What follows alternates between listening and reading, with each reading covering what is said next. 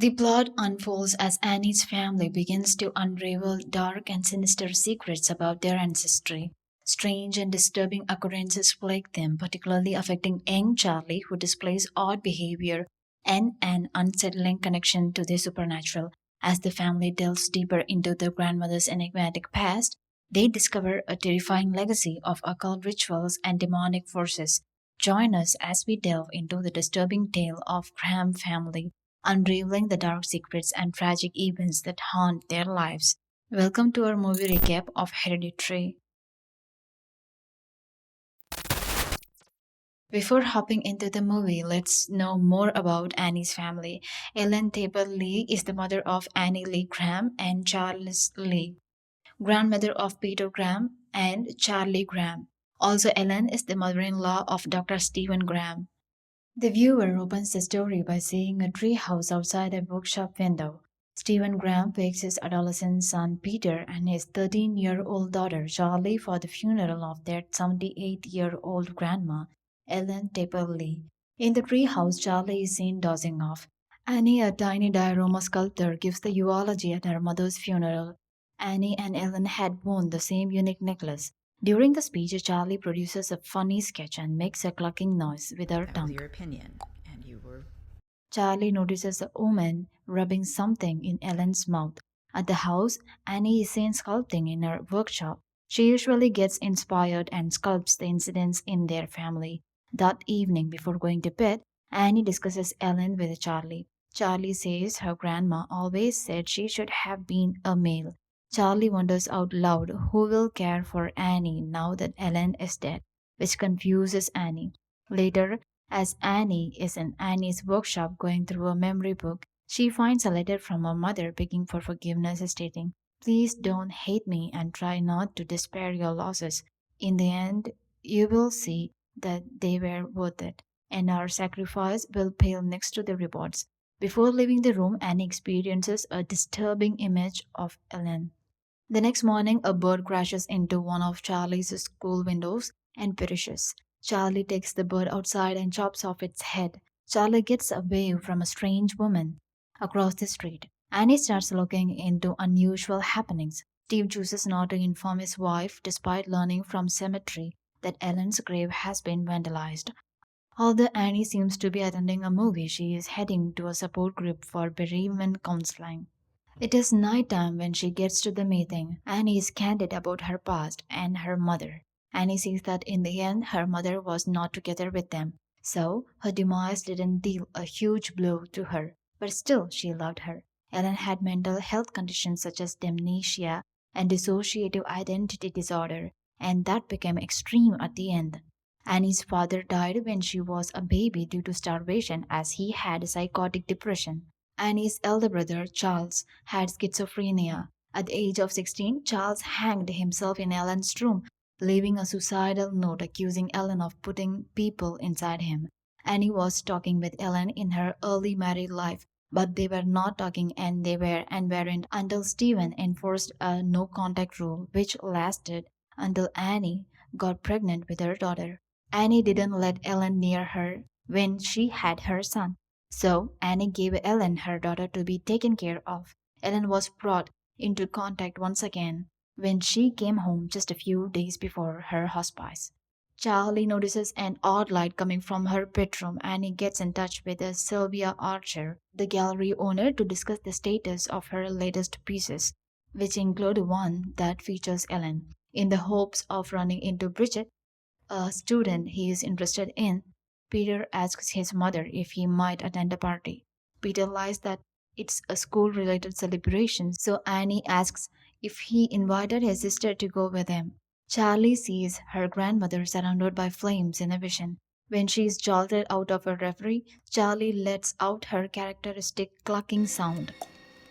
Charlie informs Annie that Ellen is what she desires. Charlie is made to accompany Peter to the celebration by Annie. Peter snaps at Charlie to get him to stop watching his sister so he can smoke weed with Bridget and their pals. Charlie inadvertently consumes a chocolate cake containing nuts which she is allergic to when left alone. Charlie has an allergic response and starts to choke. Along a pitch black country road, Peter rushes his sister to his car and heads towards the hospital. Charlie looks out the window, trying to get a better breath. To avoid a dog on the road, Peter swerves. Charlie's head strikes a utility pole with such force that it decapitates her. Peter drives home in a serene stupor after sitting and staring in enthralled amazement. When it gets light outside, Annie is shocked to see her daughter's headless body in the back seat of the automobile. His family gives Charlie a funeral. Steve flips through Charlie's drawing journal. Peter uses marijuana and has a panic episode before riding his school bike home from school. When Peter gets home, it's dark and he sits in the car in the driveway and grieves alone. While still in the parking lot, Annie decides to turn around and return to her grief support group meeting. When she gets there, it's dark. But before Annie can go, John, a group member, sees her and stops her to chat. John confides in Annie about the deaths of her child and grandson after learning of Charlie's passing. Steve approaches Annie when she gets home, but Annie rejects him. In the attic, Annie sleeps. Peter believes he sees a vision in his deceased sister in his room when he hears Charlie clucking, but it turns out to be his hoodie in the corner. Annie pays John a visit to her flat. Annie tells John about an episode of sleepwalking in which she bathed herself, Peter, and Charlie in paint thinner and then woke up to discover herself getting ready to strike a matchstick to burn. Following this, Annie sees that her connections with her kids were always different. Steve discovers Annie is building a spooky diorama depicting Charlie's final moments. During a tense meal with Steve and Peter, Annie accuses her son of killing Charlie. In response, Peter tells Annie that she made Charlie to go to the party. At an art supply store, Annie stumbles into John. John tells Annie with excitement that she attended an open seance and that experience made her less skeptical of psychics. John informs Annie that Miriam taught John how to run a seance and succeeded in calling her deceased grandson Louis back to life. John invites Annie to observe a seance in person. Annie accepts John's invitation. Louis and John appears to make contact with Louis using a chalkboard and a glass to communicate. By utilizing a personal object from the deceased, speaking a mysterious incantation, and making sure her entire family is present in the house throughout the summoning, John assures Annie that she can perform a similar conjuring herself. After that, Annie hears a clucking noise as she drives home. That night, when Annie wakes up, she finds a swarm of ants leading to Peter's lifeless body. Over her son's bed, Annie awakens from sleepwalking trance, starting a dialogue with Peter. Peter queries Annie's apparent fear of him. Annie unintentionally admits that she attempted to miscarry and never intended to be Peter's mother. Both were completely bathed in paint thinner, and Annie fired the matchstick. Annie wakes up abruptly and realizes she is seeing a vision inside a vision. While Steve and Peter are sleeping, Annie uses Charlie's sketchbook to recite John's incantation. Annie wakes her husband and son up enthusiastically for another seance. They together performed the rituals and they believed the aftermath, claiming she called Charlie. As a result of calling an evil spirit, they saw it damaging their property and causing the candle to burn terribly. After a few seconds, Annie seems to be in Charlie's possession. While Peter yells in bewildered terror, Steve uses water to shake Annie out of her reverie. Peter notices the same weird light at his school that Charlie had seen earlier in her bedroom. Peter notices that his reflection in the mirror is staring at him differently. Steve chastises Annie for leading Peter to believe he is attacked by an evil spirit.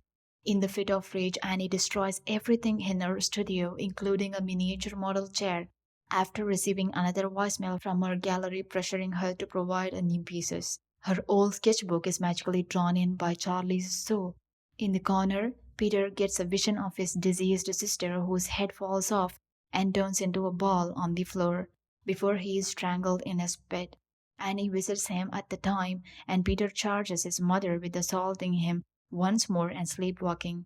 Annie assures Peter that she is not the one, and Peter is advised by her mother not to tell Steve what transpired.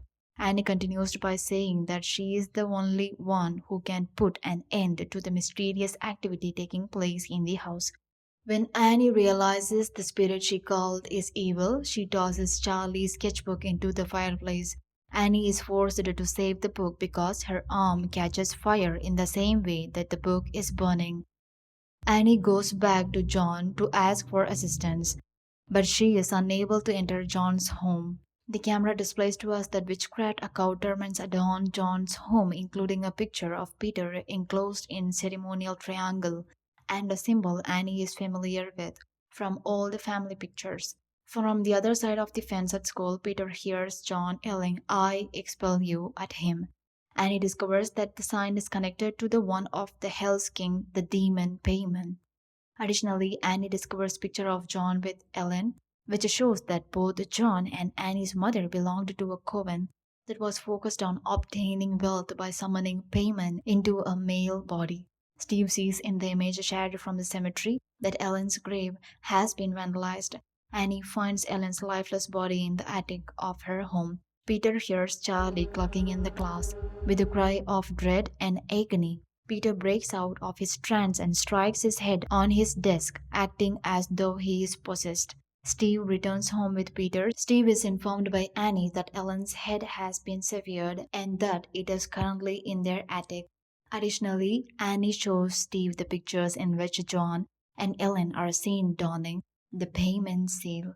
Annie reveals that their family was cursed when she attempted to get in touch with Charlie. In addition, Annie describes the significance of Charlie's sketchbook and says that Steve must destroy it to save Peter. In the background, Peter is sound asleep in his room and is not disturbed by the conversation. Steve, not buying her out, tells Annie that she's dug up Ellen's grave. Annie puts the sketchbook back in the fire after Steve declines to burn it, even though she believes doing so will kill her, but rather Steve bursts into flames on his own. Peter gets up to look about the house only to find his mother, who is possessed, looming over him in the corner. Peter discovers the blackened body of his father taken over. Annie follows Peter. Peter climbs the ladder and retracts it into the upstairs ceiling. Annie leaps up and violently bangs her head against the attic door. Peter discovers candles, flies, and a picture of himself with the eyes punched out in the attic. Ellen is no longer alive. Abruptly, Annie looms over Peter and then chops off her head. Peter leaps out of the window, confronted by his horror and three nude devil worshippers. Peter appears to be knocked unconscious when his head strikes the ground below. The strange glowing light that was previously visible hangs about Peter's body as he gets up. Peter enters the tree house when his mother's headless corpse floats there. Inside the tree home, Peter is greeted by a group of people who are largely devil worshippers and are dressed in various ways. One is the long-haired woman dressed in a bathrobe with a stunned, expressionless expression. Peter surveys the area as we see the headless bodies of Annie and Ellen kneeling before the payment statue. As the lady crowns Peter, John's voice addresses him as Charlie, but she greets him as Payman as the coven cries out the demon's entrance.